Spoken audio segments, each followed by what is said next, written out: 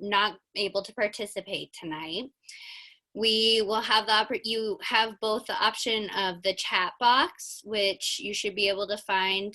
If you're on a phone, it's under the ellipses, the 3 dots, and you can find chat there. It'll also pop up automatically on your phone if you're using that. If you're on a computer, it's in just the bottom part of your screen, and you can open up that chat box to put in questions, and various folks will be monitoring that chat to try to make sure that any questions you have get addressed. And then also, we are totally supportive of people using their hands to be addressed as well. And in order to do that, in your phone, you would want to also open your participants, which should be under the ellipses. And then from there, there is a hand raise feature. So if you see the participants box where it says that we currently have 54 amazing Jackson County Democrats participating tonight, you can click that, and at the bottom of the screen you'll see the option to raise your hand as well as lower your hand. So if you have any questions, feel free to use that. I don't actually think I see anyone participating by phone right now, but just in case I'm missing it, if you're just dialing in, it's *6 to control your mute, and it is *9 will raise your hand so that we can see that your hand is up and you have a question or a comment. So I think that's all I have, Alan, and I'll turn it back over to you. And thanks everybody again for joining tonight. Thank you so much, Sarah. I think Maureen Wallace had a question, perhaps. Maureen? No? Oh, okay, just adjusting your screen or something? Okay, we're all good. So the first part of our program, I'd like to introduce Khaki Shields. She is the chair of the Jackson County Democrats Neighborhood Leader Program Committee, and of which I'm a part as well. And Khaki is going to review some of our good work in the primary. Khaki, take it away. Can you unmute yourself? There you go. There you go. Hi, everybody. I recognize so many of your names, if not your faces, because I've talked to so many of you. So there's a great turnout. Thank you so much. And you might already know this, but just last week on the 19th, the primary election was certified. And so those numbers are now final. And that sort of helps when we're talking about looking at some of our data here. I do, however, want to remind you that if you're a neighborhood leader, you still have access to your NLP services page, your turf, up until June 30th. So if there's something you've forgotten, or if you're one of those people who didn't put in your results yet, please do. Or if you want to add notes on anything, you'll be able to do that until June 30th. Then that site won't be available to any of us while they go in. And of course, what we're hoping is they change all those phone numbers that were wrong, that we put the WX on, right? And do various other kinds of adjustments to the functions to make it easier this fall. So, okay, so the numbers. I'm just going to be talking really about the Democratic Party turnout because that's what we really have numbers on, even though we do go to non-affiliated voters and people who are in some of the other fairly progressive parties, but that's what we have our numbers on. So, and of course, as you know, there's over 1 million registered Democrats now in the state, which is an amazing number right there. I saw state turnout. Now, this isn't just for Democrats, this is statewide, was like 42 to 47% overall. I'm not quite sure, I got those on different sites. But basically that sort of gives you some idea statewise. So then if we come down to Jackson County and we start looking really locally, that's where it gets interesting. And some of this stuff you may already know. And may I say, if anybody wants me to send you this, you can put that in the chat, or you can write NLP at jcdemocrats.org and ask for some of the statistics, and I'm happy to send it out. I didn't make up a chart to show you. I'm just talking. So in Jackson County, we have about 45,000 registered Democrats, and 65% of those Democrats voted, which was higher than the overall state turnout. That was about 1% more than the number of Republicans, than the percentage of Republicans who voted. Unfortunately, as you know, we are outnumbered slightly by about 3,000 for registered Republicans in our area in Jackson County. So we really have to up a little more to overcome that little advantage they have. However, there are also, out of that 45,000, there are almost 16,000 Democrats, so a third, who are in neighborhood leader program neighborhoods who have turf. And 67% of them voted, which is 2% more than just the Democrats in general. We have 2% is definitely worth getting out, especially so many races end up being very close. So in November, that's going to be a very important 2%, if we can add another 2% to the overall. Frankly, you guys, we also have to realize these are the people we didn't get feedback from necessarily. Now, I'll tell you, there were 214 of you and me, of you, who actually did the primary. That's out of 268 active neighborhood leaders. So that's 80%. That is a really high turnout of people who, all of us were like, I'm doing what? I'm writing postcards? Wait, I'm doing this, I'm doing that. So that's a great percentage of you guys who just pitched in and figured out how to do this. It's fantastic. So 214 people contacted over 11,000 voters. And when I say that, I mean at least once, because the way it's reported, okay, so if Alan is on my turf and I call him and he doesn't answer and I report that I tried to get him, it doesn't matter if I then go back and send him a text, and when he doesn't answer that, then I send him a postcard, and then I go back and call him again, and this time he answers, okay? Some of you really did all those things, and it was amazing, but it only shows up as once, because you did try to contact that person. So we obviously made over 11,000 reaches, but that's a great number. And as far as postcards go, and remember, this was all postcards like, you know, do what you can, do what you feel like. You sent postcards to 3,600 people. That's a lot of mailing. Okay, there's our 67%. But as we know from the past, and again from this election, the most important thing we can do is that person-to-person contact. And obviously this time it mostly was if you managed to call somebody or text somebody or email somebody and they answered you. And that's the question, did they answer you? Because the question you asked was, will you commit to vote? And if people answered that question, then almost 77% of those people voted. Big jump up. So those of you who put all that effort into reaching people, it's definitely worth it. Thank you so much. I know I feel really good about that.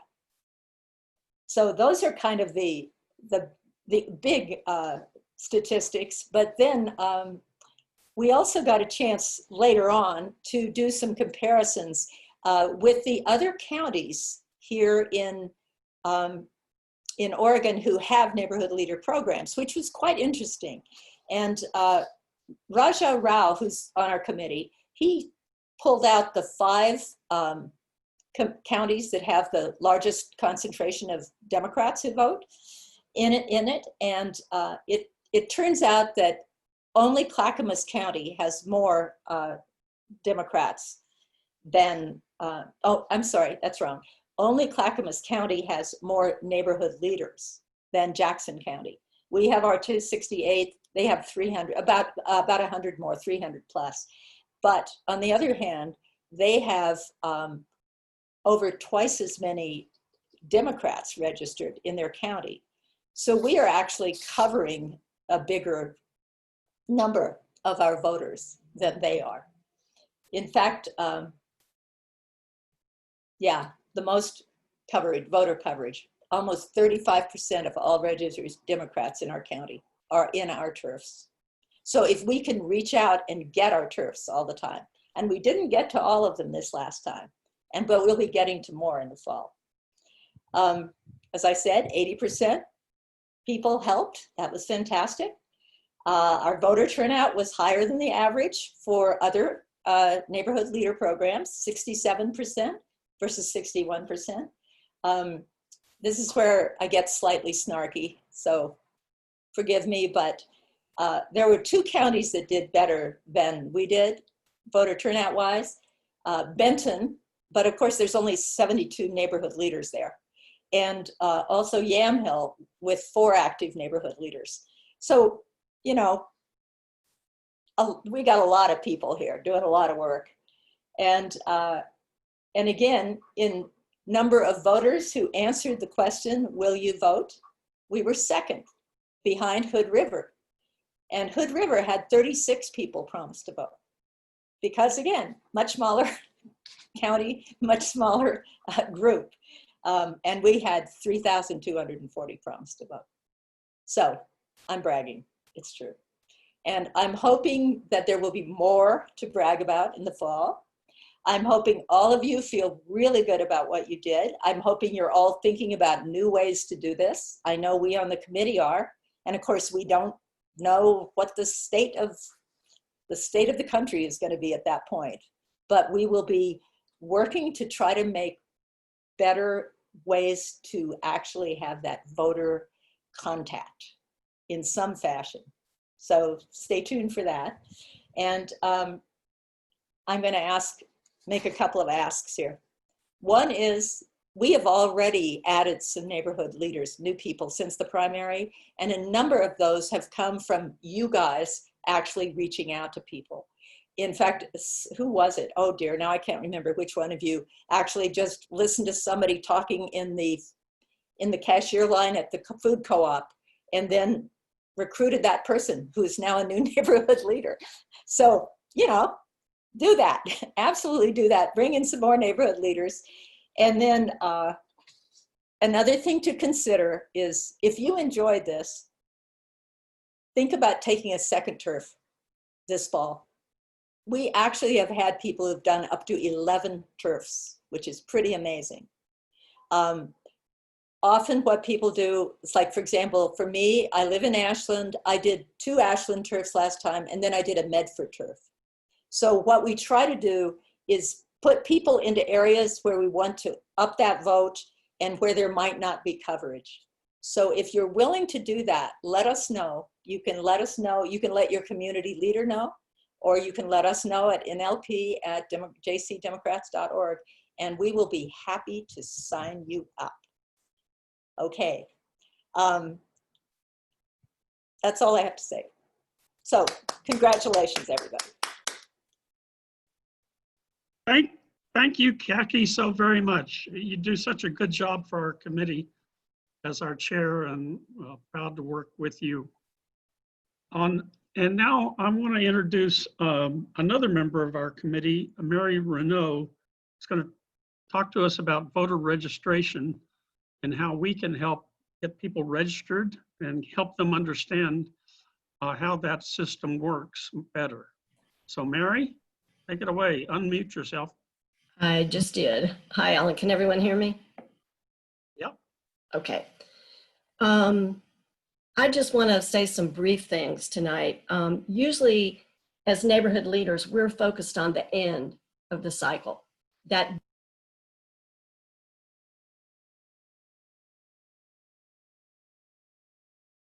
Sorry, Mary, I accidentally muted you while I was trying to spotlight your video. Go ahead and unmute yourself again, because, yeah, sorry about that, folks. How's that? That's better, thank you. Okay. I'll start over. I was going to say, usually as neighborhood leaders, you all know we're focused on the end point of the election, getting those ballots in. But I'm thinking that given how critically important this November election is going to be, that over the summer, all of us as individuals think about paying some attention to preparing for the fall, and specifically by focusing on registration and updates. We have a fairly high rate of registration here in Oregon, especially since Motor Voter was put in place. But I think all of us probably know some individuals who have fallen through the cracks, some unusual situations that have arisen, or some misconceptions about who can and can't vote. And there are ways you can help with this. We're not going to be sending you a list of voters or non-voters or asking you to enter data in a computer or any of that sort of thing. My suggestion's a lot simpler. What I'd like to ask is that you go through your list of friends, acquaintances, family, whoever you're in contact with, and think about people you know who are likely to vote Democratic in the fall. In touch. Be sure they're actually registered. Be sure their registration is updated. With our vote by mail system, if the elections office doesn't have your correct address, you risk not getting your ballot. So that's really important to do. And then once you talk to all these people, ask them to do the same thing for their contacts. Let's make this a big network that spreads. We can do it throughout the state, or we could even do it into swing states, which would really be terrific if you have friends and family in a swing state, and be sure they're registered. You know, you might have a friend that just moved here from out of state and hasn't gotten around to registering yet. You might know someone who doesn't drive and never goes into the DMV. You might know someone who's moved into a new house or an apartment. There's a lot of movement and instability right now. And I think a lot of us found that as we were canvassing. People have been losing their housing, finding new housing with luck. Elderly parents are moving in with adult children moving in with their parents, largely because of the COVID situation and the record unemployment that we're in the middle of. People may think that their ballots will be forwarded to them with the rest of their mail, but that is not the case. It might happen once in a while. You may know of a couple of people that it happened to, but it's not the policy of the post office to forward ballots. So you really have to have a current address at least 21 days before the election. And just don't risk it. Now, getting registered is really easy. You can go do it online at vote.org. You can do it on the Oregon Secretary of State website at sos.oregon.gov, voting and elections. But if you don't want to do it that way, you can also get paper registration forms at post offices, at libraries, in several different languages. You don't have to have a driver's license. There are a lot of other forms of ID that will work to prove residence. And if you want to just update your registration, that's even simpler. You can do that in about 30 seconds online. So let's get everybody we know registered and updated. While I'm talking about this, I want to mention just two misconceptions that people have about who can and can't vote. And I'm not going to go into all the details of this, but there's a lot more information online, or if you want to email me, I'd be happy to talk to you about it and give you some resources for this if you run into this. My email is maryre@charter.net. The first misconception is that people who have had a run-in with the legal system often believe that they can't vote. And it's simply not true. People who have been convicted of a felony in Oregon cannot vote while they are physically incarcerated. So you can't vote while you're actually in prison or some kind of state mandated custody. But once you're released, you can re-register, you can have your voting rights restored, even if you're on parole or probation. That does not keep you from voting. And these restrictions don't even apply at all to people who are convicted of a misdemeanor. People who are convicted of misdemeanors can all vote. There's not a restriction.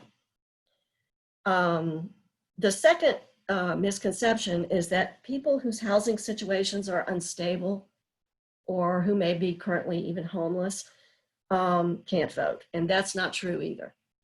As long as the elections office has a mailable address, including perhaps a PO box or a friend's address or somewhere where you can get mail, you can register.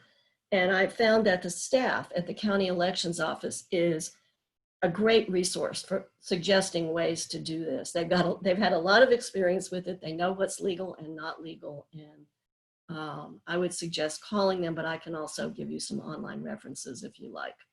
So that's all I have to say here. And I just hope that's something we can do.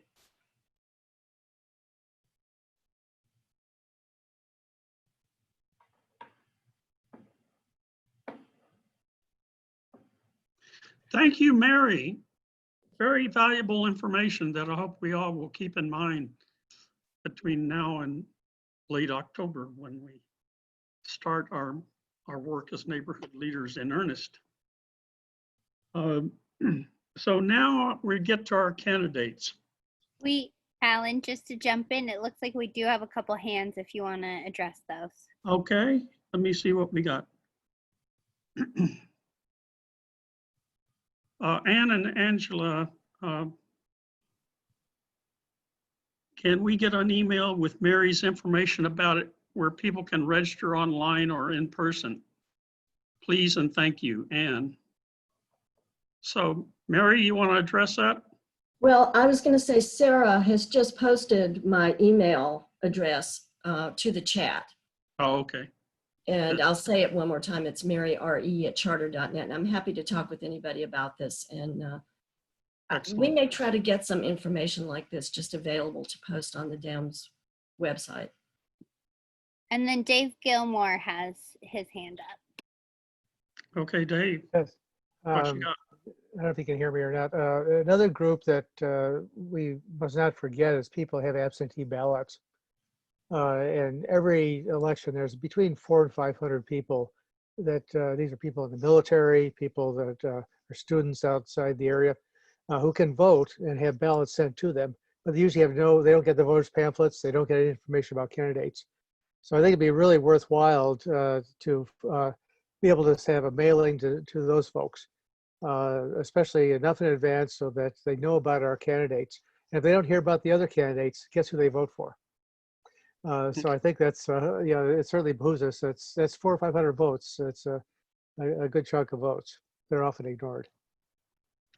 Okay, and Phil and Rosalie, do you have a question or comment? No? We're fine right now. Thank you. All right. Debbie's phone. Yeah, that's me. I just wanted to know, when do these changes have to be made? Is there a date where it stops? Any changes to your voter registration address or anything?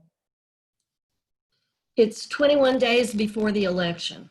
21 days, okay. Yeah. So it would be. We will make that information available to all the neighborhood leaders as we get closer to the election, so everybody will have that. Anybody else? Oh, we got another chat question maybe?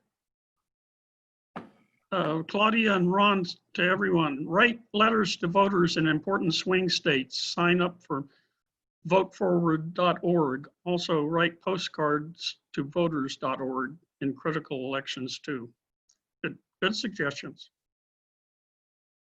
All right, I'd like to move on to our candidates. They've been waiting patiently for us to get to them. So tonight I'm gonna, well, let me say first, we think it's important for all you neighborhood leaders to know our candidates and to know where they stand on important issues, so that when voters ask us about a candidate, we can respond with some knowledge about these candidates and can speak knowledgeably about them. So tonight, I'm going to introduce you to two extraordinary women whose names will appear on every Jackson County voter's ballot throughout the county. First will be Alex Spenser, our candidate for Congress in the 2nd District. And the second will be Terrie Martin, our candidate for Jackson County Commissioner position 2. Alex and Terrie have many things in common. Both have worked as journalists and teachers. Both are mothers who have successfully raised their kids, and both have been leaders of indivisible groups. Alex in Klamath County and Terrie in Jackson County.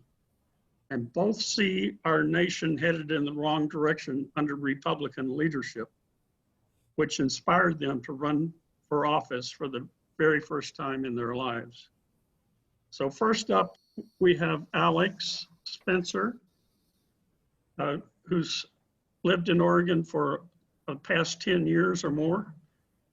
And she has worked as a writer, a performance coach, a DJ, a radio producer, and a podcast producer with Words with Wings, a podcast. She's also worked as a cook, a legal secretary, a construction worker, a copyright. I'd love to find out more about that. A motivational speaker, and a single mom who homeschooled her daughter to the 5th grade. And last fall saw her off to college at SOU. She founded and led the Women's March in Klamath Falls for 3 years and co-founded the Klamath Force for Peaceful Action, an indivisible group that later merged to become Klamath Indivisible. And she has worked as a campaign strategist and writer for Roz Mason, who ran for Congress 2 years ago and lost to Jamie McLeod Skinner. And then Alex worked as a writer and performance coach for Jamie, who fought a gallant campaign against Greg Walden 2 years ago. And many of you probably worked for Jamie's campaign. And we're sorry that she lost again this year for Secretary of State, but she ran another great race. So Alex, I'd like to give you about 5 to 10 minutes to do an opening speech here, and then we'll open it up for questions from everybody. And I hope people will ask questions by chat or by raising your hand, but I think chat's a good way to go if you can do that. Alex Spenser, please talk to us. Thank you. Thank you. Thank you very much. It's, pardon me, it's so good to be here and hearing the statistics and hearing them from other counties about the Neighborhood Leader Program has been so very enlightening, and realizing how important it really is to have all of you wonderful people doing that work. You know, that couple of percent extra makes all the difference in the world. As someone who won by around 800 votes, I understand how much that difference makes. And so I thank you all very, very much for your work and your diligent effort on behalf of myself and all the other candidates running during the primary. And for some reason I've lost my voice. I apologize. And moving forward in the general, it is just so good to know that you guys are there and you have our backs.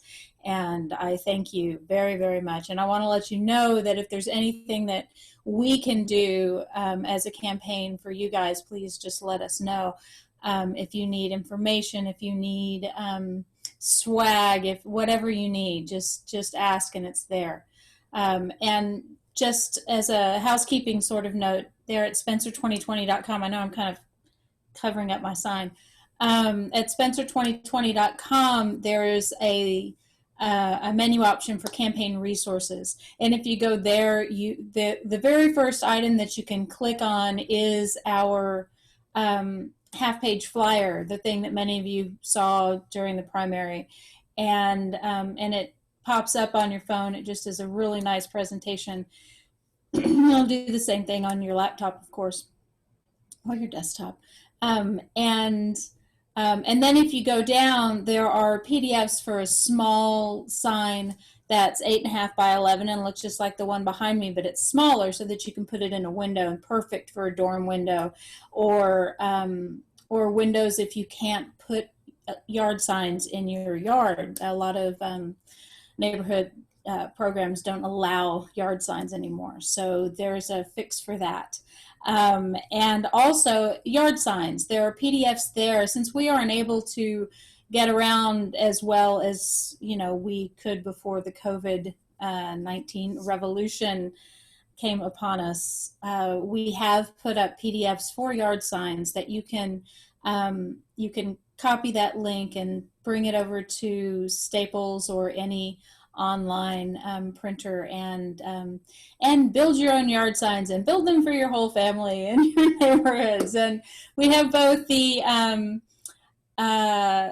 rainbow yard signs and the straight yard signs, and they're there for you. And if there's anything else that you think that you need, just let me know. And one of the things that I do is I make my own buttons.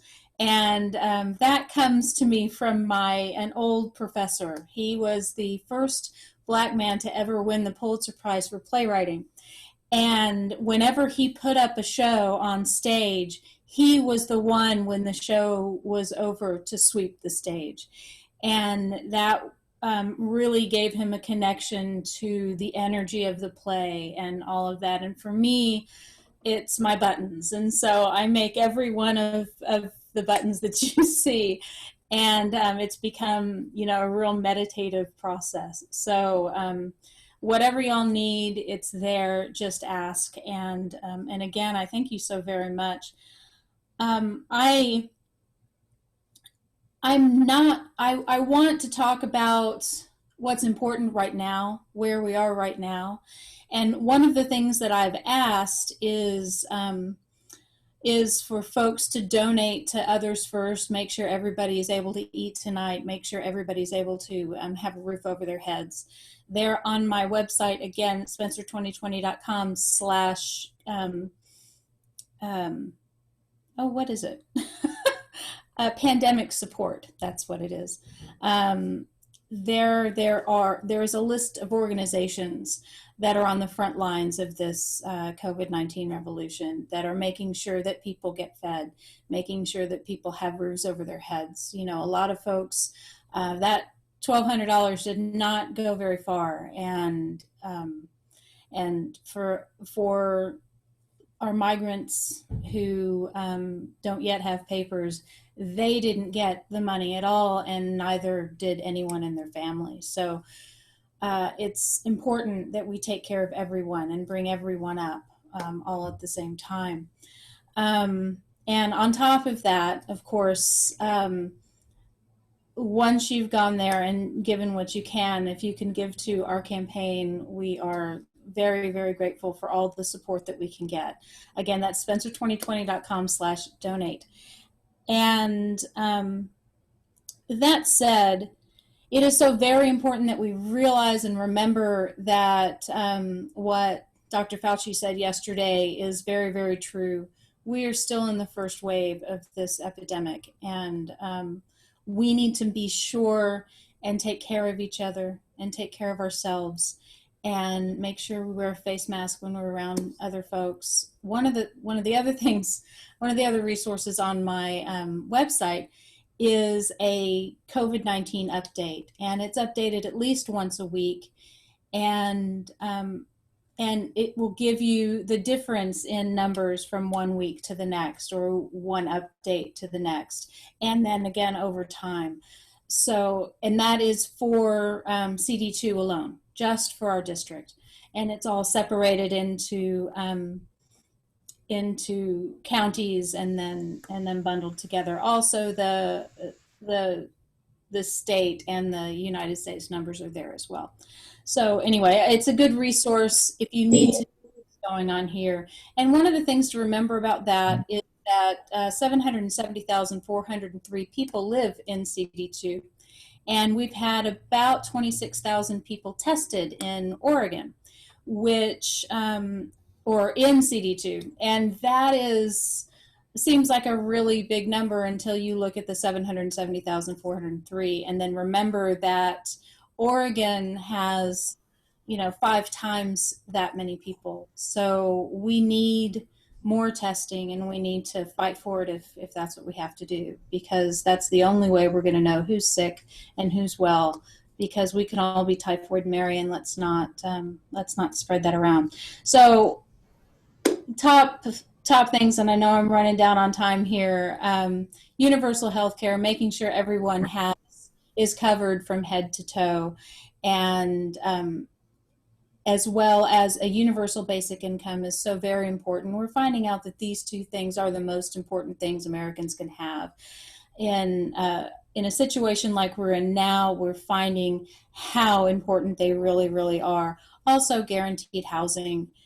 We are the wealthiest nation on the planet. We can afford to do this, and that we haven't done it yet, and that we don't support the people who live here in America.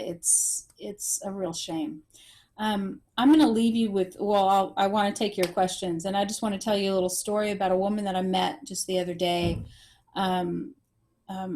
in Cascade Locks, which is in our district, and she was selling cherries, and she's from way down south in South America, and she has people telling her that she doesn't belong here, that she's not welcome here. And I instantly, of course, said, of course you belong here. Of course you are welcome here. And it brings to the front everything we need to do about common sense migration, to make sure that the folks who are here already have a way to, a path to citizenship that makes sense, that is timely, that is understood. And the folks, they can't drive, they can't get a driver's license, we have to make this is so very, very important. We need to start taking care of people. And when I say universal health care, I mean if you're standing on American soil, because, we have to think about that guy that just got off the airplane who has Ebola. We want to make sure that guy can go to the doctor and not worry about it at all, because it's about keeping all of us healthy. And we need to change the way we look at healthcare in America. We need to be healthy, and rather than be reactionary. And so with that, I'll open it up to questions. Thank you so much. Well, thank you, Alex. I appreciate that. As you know, probably very well by now, District 2, Congressional District 2 is a very conservative district. And I'm just wondering how you are able to campaign. How do you reach out to voters, especially more conservative voters, and especially when you can't even go and shake people's hands, look them in the eye in this time of COVID-19? How are you campaigning, and what kind of impact are you making on people out there in that conservative district? Right. Well, thank you so much. So far, it's been really interesting the way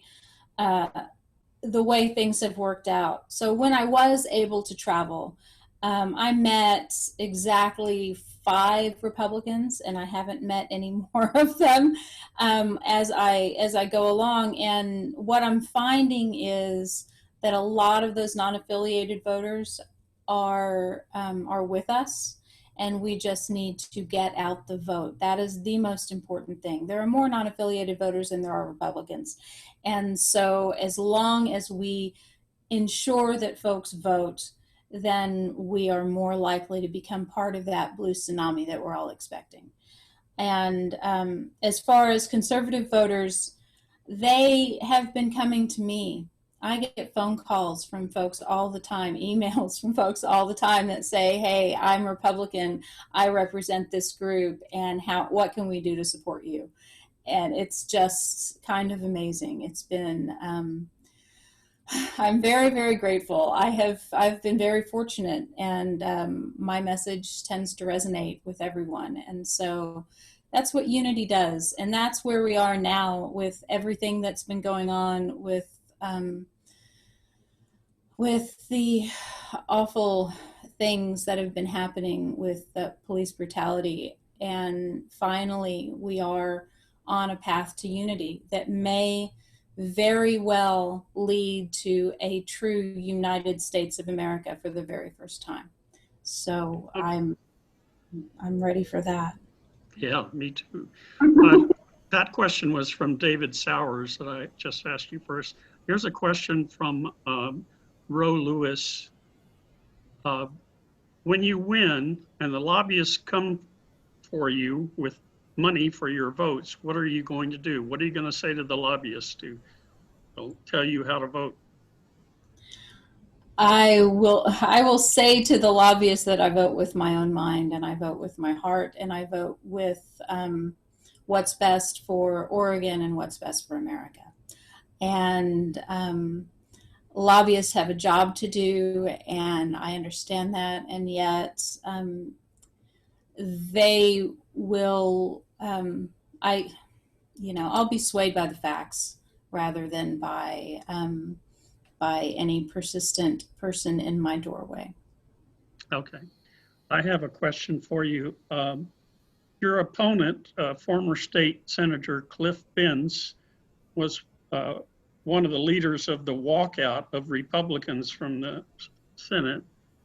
And he, in fact, has walked out twice now to stifle both the last two sessions of the state legislature. Will you make that a campaign issue in your campaign? Or are you just going to be a positive campaigner and not mention your opponent much? Well, I am going to be a positive campaigner, and I'm not going to mention my opponent much. And I'm also going to talk about the hard work of communication, and that you've got to be in the room to actually do the communicating. And I think that's that statement in itself is enough to set me apart from my opponent. Okay, do we have other questions from anybody? Of Alex Spenser. Let me answer a question for you, Alan. So I am a copper, right? And do you see my chain? That's what I build. So there's a chain. Well, thank you. It comes from, I partially took it. Okay.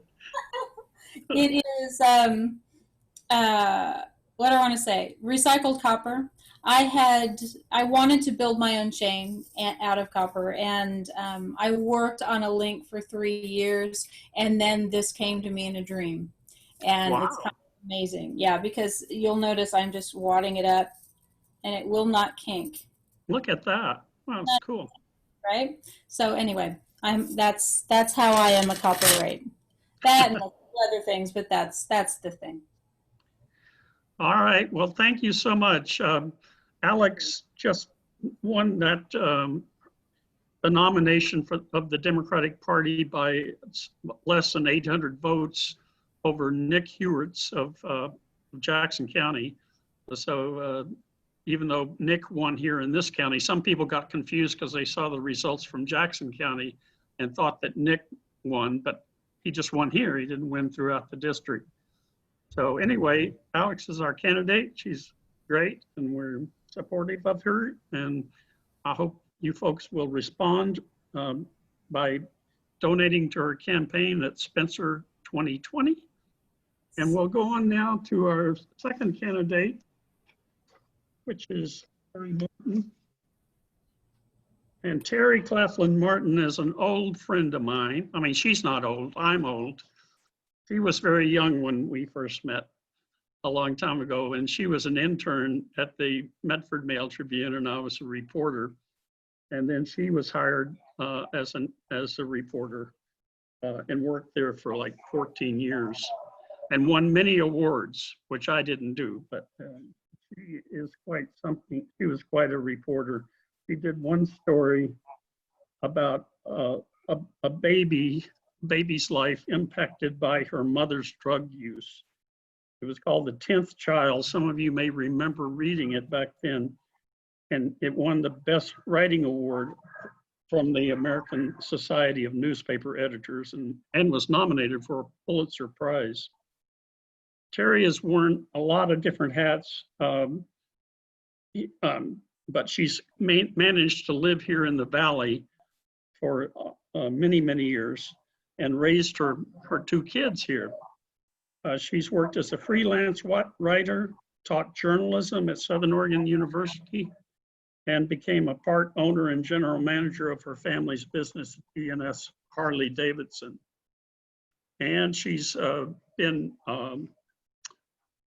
has also been the chair of the Southern Oregon Historical Society and helped save that organization, which was in dire straits after the county commissioners stole the funding and put that funding into the general fund instead of funding the Historical Society, which they did the same thing to the library system, of course. So we need somebody like Terrie on this board of county commissioners. So Terrie, take it away. Tell us why you're running and what you're going to do when you get in there. Thanks, Alan. First of all, I'd like to shout out to all the NLPs out there that work so hard. I participated as an NLP in 2018, and I live a mile up the canyon in the Pioneer, Dark Hollow, Coleman Creek area, which means I was dealing with locked gates, dogs, and people that I just couldn't even get to their front doors, most of them. But I found out how to be persistent. I left a lot of notes on fences. I texted, I sent postcards. I did everything I could, and I ended up with like 90% of the people in my district that ended up voting in 2018. But I didn't have any time to help you this year. I jumped into this race rather late, as you may know. I had thought about running for this race 20 years ago when I was with the Historical Society, when I saw what the county could do. And how they had, I felt, mismanaged our tax money by taking it away from the Historical Society and then from the libraries, and the list is long. So I thought about it back then, but didn't quite have the heart to go into politics. My kids were still heading toward college, and I just couldn't quite see myself throwing myself into something 100%, which is what you have to do. So it turns out I basically stayed out of politics until November 9th in 2016, when I woke up the next morning after that election and said, I have got to do something. I think we all did. I am just so incredibly proud of the coalition that we have created. I was thinking the other night, it reminds me of a giant octopus. If you look at all the arms of the progressive movement that are out there lashing out at what's happening between Indivisible and the Democratic Party, and locally SOCAN and Rogue Climate and UNITE and Unite Oregon and Healthcare for All. I mean, we're all working in the same direction, and sometimes we don't know what the other one's doing. Like I said, I can see it like an octopus with all these hands just kind of batting about. I think that we have created this amazing, powerful group of groups and coalitions and individuals that can make tremendous change this year. This is the year. So once again, I just kind of kept thinking about Indivisible and trying to work with Indivisible and trying to make change there until the last couple hours before the deadline came to register for the primary. And when we found out that Bob Strasser wasn't going to run, then I jumped in. So I'm a little late to this party. I'm learning a lot. Being a candidate is a challenge.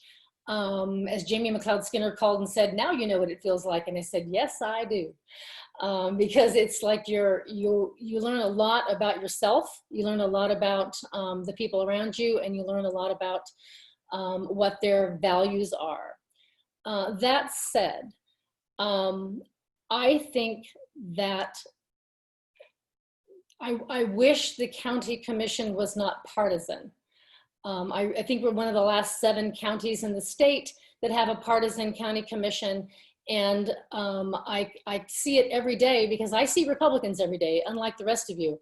At my dealership, they walk in with their Trump Pence hats on and buttons and their "Don't Tread on Me" t-shirts.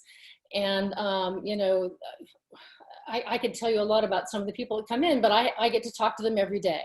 And I get to understand, you know, what they do, why they do it, why they believe it. And I have to say, I've had a lot of them come in and say, "Hey, I heard you were running, but you weren't on my ballot. Where were you? I couldn't find you." And I have to say, wow, I'm on the other side. And you see the look on their face like, "Oh my God, you know, you're a D?" And I say, "Yeah, I am. Didn't you know?" And they said, "No, I didn't know." I said, "Well, see, you know, we're friends. We've been friends for years. We ride motorcycles together. We hang out together. We can go out to dinner. And you had no idea that I was a different political persuasion than you." And they're saying, "Well, you know, I don't know if I can," one guy said, "I don't know if I can vote for you or not because I've never voted for a Democrat in my life."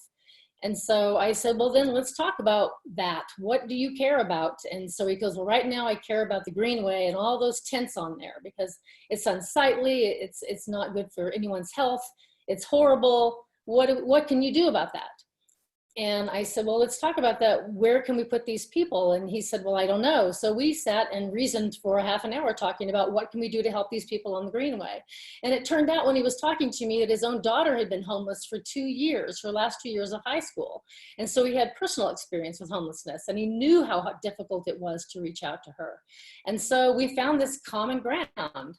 And we talked about, you know, what can we do to help people who are homeless? And the people in the Greenway are just a very small percentage of the homeless people in Jackson County. We have students that we don't see, SOU students. When I taught there were students living in their cars. I had one student that slept on my couch for a month until she got a job with a care facility so she'd have a place to be in out of the cold at night, right? So we've got homelessness across this valley that we can't even see. So this customer and I talked about it for about, I don't know, 10, 15 minutes and had a long conversation. And he says, "I can see that these are really hard problems." And I said, "Yeah." And I said, "And who did you vote for last time?" And he said, "I don't remember the names." And I said, "So you mean you don't remember who you voted for and they haven't reached out to you to ask what you think and what you think they should be doing?" He said, "No." And I said, "Well, you know me, you got my cell phone. Why would you not vote for me?" And he said, "You changed my mind." So there, that's what we have to do. In some ways, we have to find these issues that cut across everything. And at the county commission level, these issues cut across everything because we don't have the power to, as they fear, take away their guns or to preserve anyone's abortions or to give anybody a Green New Deal or on and on and on. What we can do is determine how we're going to take people's property taxes and spend them to take care of everyone in Jackson County. And that's what we have to do. And I would just say that I would promise that when, I'm going to say if, when I'm in that position, when we get my 5,000 extra votes that we need to get me elected, when I'm in that chair, I'm going to ask for every issue that comes in front of me, I'm going to ask, you know, how does this affect homeless people? How does it affect students? How does it affect seniors, veterans? How does it affect working families? The people that don't get to come to these county commission meetings because no one has the time. Even if they put them in evenings, if you're a working mother, you do not have time to go to a county commission meeting and find out what the heck they're doing there. And you don't have time to even watch the darn recordings of them. So I would just say as a county commissioner, the other thing I'd do is I wouldn't stay in the building. You'd probably have a hard time finding me in my office. I'm going to be out there in the world trying to find out what people need. What do county workers do? What services do they provide? And are they doing a good job for the people of Jackson County? So I've probably taken up my 5 minutes, Ellen, but I will say that I'm going to be severely outfunded by my GOP competitor. The Chamber of Commerce usually gives him money, that particular person, tens of thousands. My donations are coming in strong at $25 a piece. And so I'm going to need everything that everybody's got to help me. It's not terribly expensive to campaign, but I do have a new campaign coordinator. And we're going to have to do a lot of social media because of what's happening with COVID. And I can't go door to door. So I'm going to be depending on a lot of you to help me reach more people in Jackson County. And I will put my information about my website and Facebook and everything on there. And watch for a new campaign ad. We just shot it on my motorcycle over the weekend. Thank you, Terry. That's great. I really want to look forward to that motorcycle ad. Because I know you have a charitable group of ladies that motorcycle around our valley and Yeah. raise a lot of money for cancer and so forth, right? Yep, we raise it for women with breast cancer. We do what's called a corset cruise. We bling it all up in pink. We've raised about, just a small group of us, we raised about $50,000 for local women over the last few years. Terrific. I had one question and then I'll get to other folks' questions. Land use planning, as you probably know, is a big item that takes up a lot of the county commissioners' time. And some people may think that's not important. I happen to think it's very important, and that the old Senate Bill 100 from 1973 that established statewide land use planning laws in this state was a very important one. And but it's largely up to the county commissioners in each county to enforce the statewide land use planning goals and guidelines. And so I just wanted to have you talk a little bit about that and how you'll approach those land use hearings and rulings that you, if you're elected, that you'll be faced with. I'm a big believer in preserving the character of Jackson County as we know it. I mean, my parents left San Jose when they started cutting down all the orchards and eliminating anything that looked like a tree anywhere near San Jose. And so they moved up here because this still felt like an agricultural farm community, and we can still maintain that if we make good decisions. Now, the current commissioners, I should say, have been pretty much an echo chamber for the last 10 years. We've had 3 Republicans, and so they basically all have the same voice. They all decide the same thing, and they do pretty much all say it right out loud, whatever the county administrator wants them to do. They pretty much just rubber stamp it. So in terms of land use, in my own area right here on Culver Road where my parents live, there are 2 brand new housing developments on what used to be orchards. You can still see the trees that have been cut down and pushed over to the side, and they have brand new housing plots out there, 2 of them along Culver Road on what should be agricultural land. I have no idea how they did it. I still have not got a clear answer from the planning department or from the county to say, how did you suddenly cut down trees and build houses in an area that's supposed to remain agricultural? So between that and the woodlands that we have around us, we've got to do everything we can to preserve that, because that's us, that's our character, that's who we are. And we've got to start, and it's not within my purview or wouldn't be within the county's purview to make more dense housing inside of city limits, but that's pretty much where we need to go and make sure that we preserve the land that we have so that we don't change who we are. I'd like to say that Terry's parents, who started that DNS Harley-Davidson franchise in between Phoenix and Medford, they live out there on Culver Road. I passed by there during the primary, and I saw about 20 Terrie Martin for commissioner signs all along the road there. I knew that was their house. That was Mom's house, and then somebody stole them in the middle of the night right after I won the primary. So I don't know who it was, but I've got more. Oh, okay, good. So we have several questions for you from folks here. If I can make the cursor move things up here. Well, I think you've answered Penny's question, was how exactly does her message resonate with conservatives? You pretty much explained that. Kathy and Alan Journay want to know, that you say there's 2 approaches to reducing greenhouse gas emissions, are cap and trade and taxing emissions. Which do you prefer and why? I'm not sure that's in the county's jurisdiction, to be honest with you. So I'm not sure exactly that I've studied that enough to give you a good answer to that. As a journalist who will not speak without having the facts in front of her, But I don't think that that's somewhere anywhere within the county's administration. Well, I'm sure that you will have some conversations with Yep. Alan and Kathy, and perhaps they can enlighten you as to ways that the county commissioner might be able to Do that. help. Yeah, I help think with it's more in the state and of course in congressional. Certainly, and Jeff Golden and Pam Marsh. Yeah. And hopefully Alberto Enriquez will be dealing with that. In terms of See. cahoots, I see that question about cahoots in Jackson County. I think it's an awesome idea.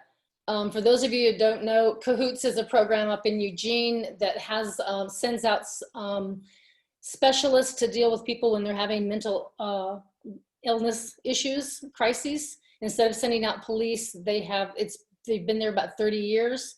This goes along with the whole reimagining policing that we need to do to take care of the people in our community. I'll just say that building a bigger jail isn't going to do it. And it's not going to be the answer to our problems. And the fact that they thought that it was tells you something about the current county commission.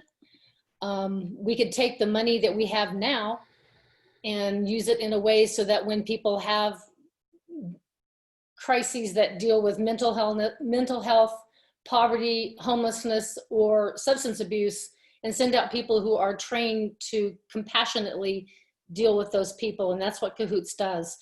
Indivisible is thinking about hosting an evening with the people from Cahoots at our general meeting next month. So do stand by. We hope to talk to them more about that.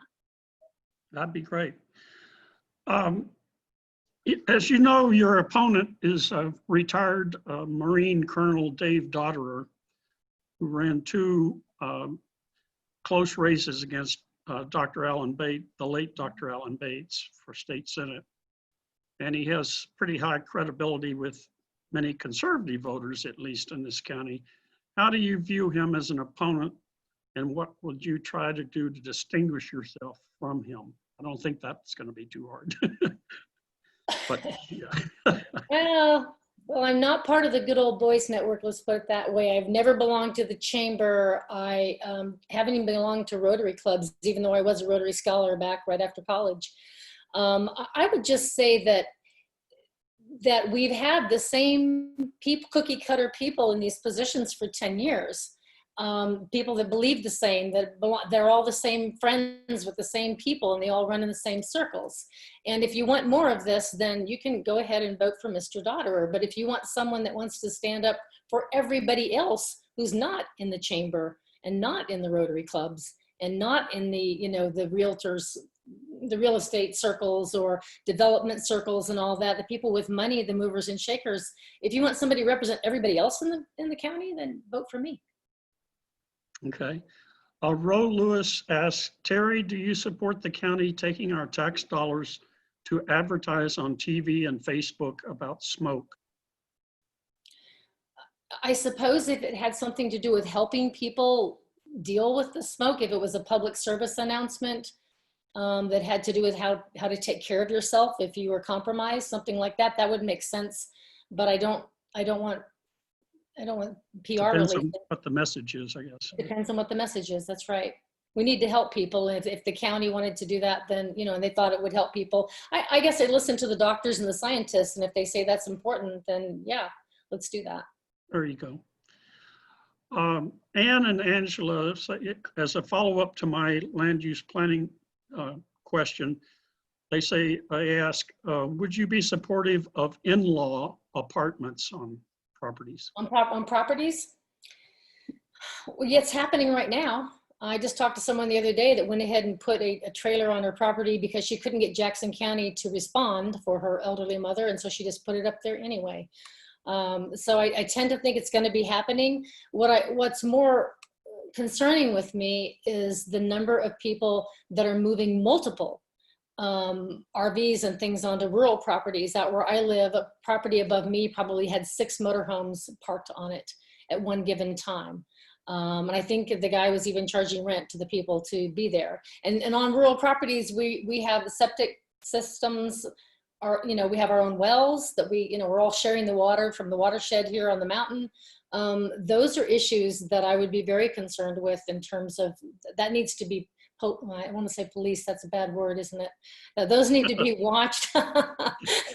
Those need to be, you know, we need to watch that, because that's happening everywhere, and it's happening behind a lot of the fences from the people that are growing right now, the hemp and all of that. I had 4 motorhomes and a place behind a fence the other day. I was noticed during my walk. So I'm not for that, but I do think that if people have someone in their home, an elderly person or somebody like that, that they want to do a second unit on their property, I'm for that. That's all the questions I see. Dave Gilmore, do you have anything you'd like to say or ask Terry about, since you're the last Democratic commissioner? Yeah, I think Terry is an excellent candidate. I certainly support you wholeheartedly. And I think your idea that the uniformity of thought that's kind of led them astray over the years is very salient, and we saw that with the jail. Mm-hmm. Yeah, because nobody, if they really put their mind to it, would have agreed to put that on the ballot. I mean, for 800-bed jail, and of course it fell apart. With the economy fell apart. With this COVID. But it's just an example of how they just get sort of stuck in their little paths, all thinking the same without looking at other possibilities that could be better for everybody. So I think that's certainly something we've got to look at. And also for the next round, we're going to have to actively, hopefully they will not approve another ballot measure exactly like they had before for the same type of jail. I mean, they might do that just because they can't think outside the box. So hopefully we can push $6 million on a piece of property to build it of our tax money. Right. They've already spent $6 million of our tax money to do it, and so they're going to keep trying. Which is owned by one of their buddies, but that's another story. Mm-hmm. I mean, who owns all that land where that little freeway went through? Is one person. Yeah. Exactly. Yeah. So I will just say that if I get it, when I get there, I'm going to say when I get there, I'm going to be probably outvoted on a regular basis, but I can promise you that I will make sure that they know that what they're about to decide is not in the best interest of people. What you can do if they know you're going to vote otherwise, sometimes they back off, and I've had that happen many times, where things that were really outrageous didn't go up before the provoke. They realized that there'd be some comments there they wouldn't want to hear that may put them in a bad light. So that's certainly there's value in that too. Yeah. Well, you'll be my counsel, Dave. Well, I'm readily available anytime you need me. Thanks. Hi, Terry. What happens if Dotterer goes negative on you and puts out spurious information and, a lot of negative ads? How are you going to handle that? I don't know what he would say. To be honest with you, I don't know what he'd say. I mean, I guess I've lived a really pretty damn Not that you're a pinko liberal. A pinko liberal. Yeah, somebody called me a commie the other day on my Facebook page. So, but I'll have to, little story, one of my Grants Pass writers came over and pulled me into a corner one day and said, I've heard that that you are part of an organization that wants to take down the federal government. And that's what everybody's saying about you. And, oh my gosh. And I thought about it and I said, you know what, Spanky, that's his name. You know what, Spanky? I said, you're right, I am. And he said, oh my God. I said, yeah. I said, I'm on the Blues team and you're on the red team, and the red team won, and I want my blue team to win next time. So the guys that are in the White House now, I don't want them to be there next November. So yeah, I guess that's me. We had a great conversation. But anyway, I don't know. If he goes negative, I'll just have to deal with it. I can't think of what he's gonna say, but I just tend to think that we need to activate everybody to understand that the people that are in there now don't represent them, that they need somebody in there that they can approach and that they can talk to, who's walked the walk. I'll say that I have lived here in this valley for 50 years. This year, 50 years. I've had a hard time making a living all 50 years. Every single year. I don't care what I was teaching. I don't care if I was a reporter making $7 an hour or whatever it was.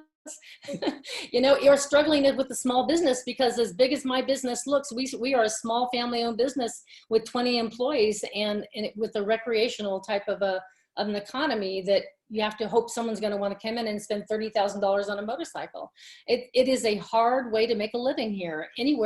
Everybody's having a hard time making a living here. So I understand the walk that people are walking. I understand what you're going through, and I'm incredibly accessible. I mean, you can call me, come by and see me. And I'm sorry I can't knock on doors. I thank all of you who will be doing that on my behalf sometime soon. But we've got to teach everyone to vote all the way down the ballot too. If they're not happy with what's happening at the top, let's make sure they vote all the way down to the bottom so that Alex and I get your support. Excellent point. And that's what we're going to be training our neighborhood leaders to do and to talk to people about, voting down ballot. Is Ron Morgan still on this call? Maybe he's left us. Ron is the overall coordinator for all the neighborhood leader programs for the Democratic Party of Oregon up in Portland. Hi, I'm still here. Oh, you're still there, Ron? You have anything to talk to us about the neighborhood leader program statewide? Not tonight. I'll be putting together a statewide Zoom meeting for everybody the second week of July. And we should have a new user interface to roll out for the neighborhood leaders. And, all I can say is you guys did a great job. Thank you. Thank and you. It's great to hear all the good candidates. Good luck, Terry. Well, thank you, Ron. Appreciate that. And Terry, thank you so much. And Alex, thank you. And all you neighborhood leaders that joined us, we appreciate your being here with us. Is there any other questions or comments before we sign out? There's some chat things here, I think. Wait a minute.